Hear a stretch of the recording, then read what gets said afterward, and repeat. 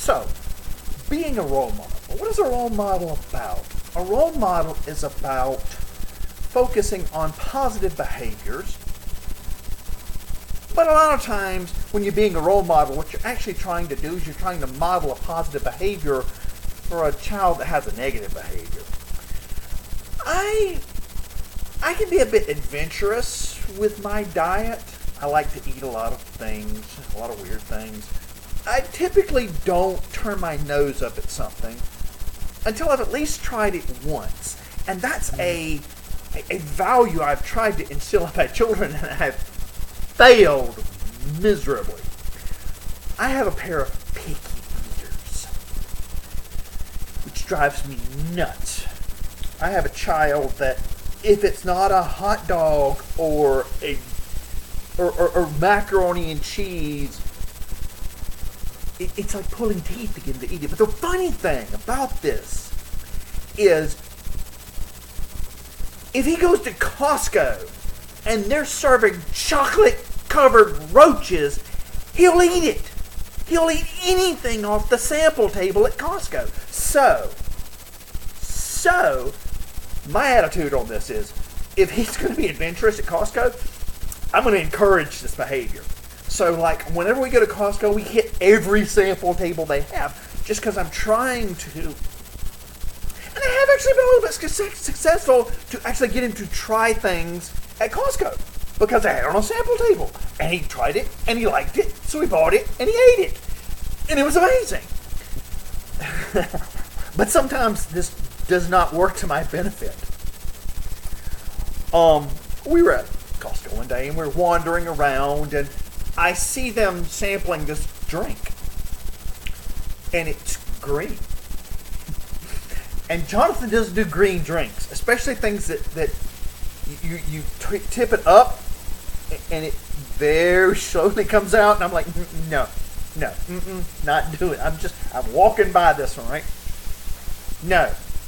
Martin goes running over, and he grabs two cups, one for me and one for him, and shoves one at Daddy, and I'm like, oh, this is not going to end well. Takes his cup, downs it. And at this point, I'm thinking to myself, oh, Lord, I'm the one supposed to be the role model here.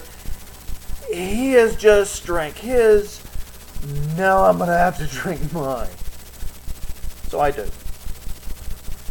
Friends and neighbors, it tasted like somebody had extruded a blueberry through a pine needle. Or in other words, blueberry-flavored turpentine.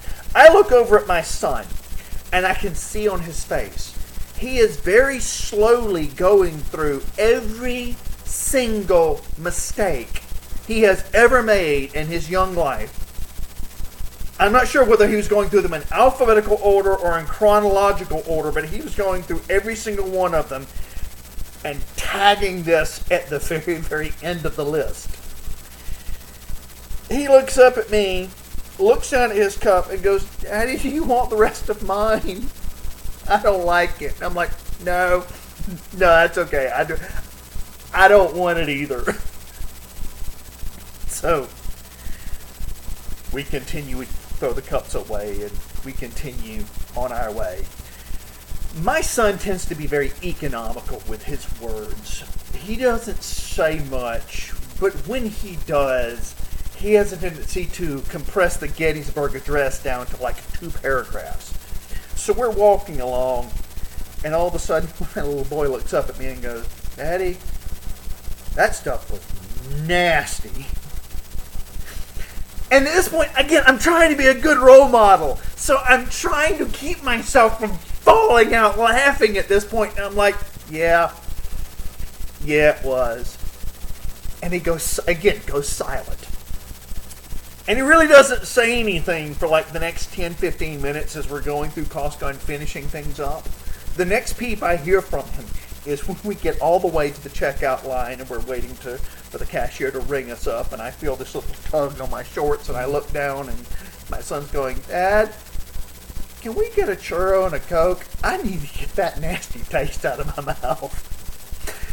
And the funny thing was, that's exactly what I was thinking. I was like, I gotta get this nasty taste out of my mouth. So I was like, yes, son, if you want one, I'm sure we can have one.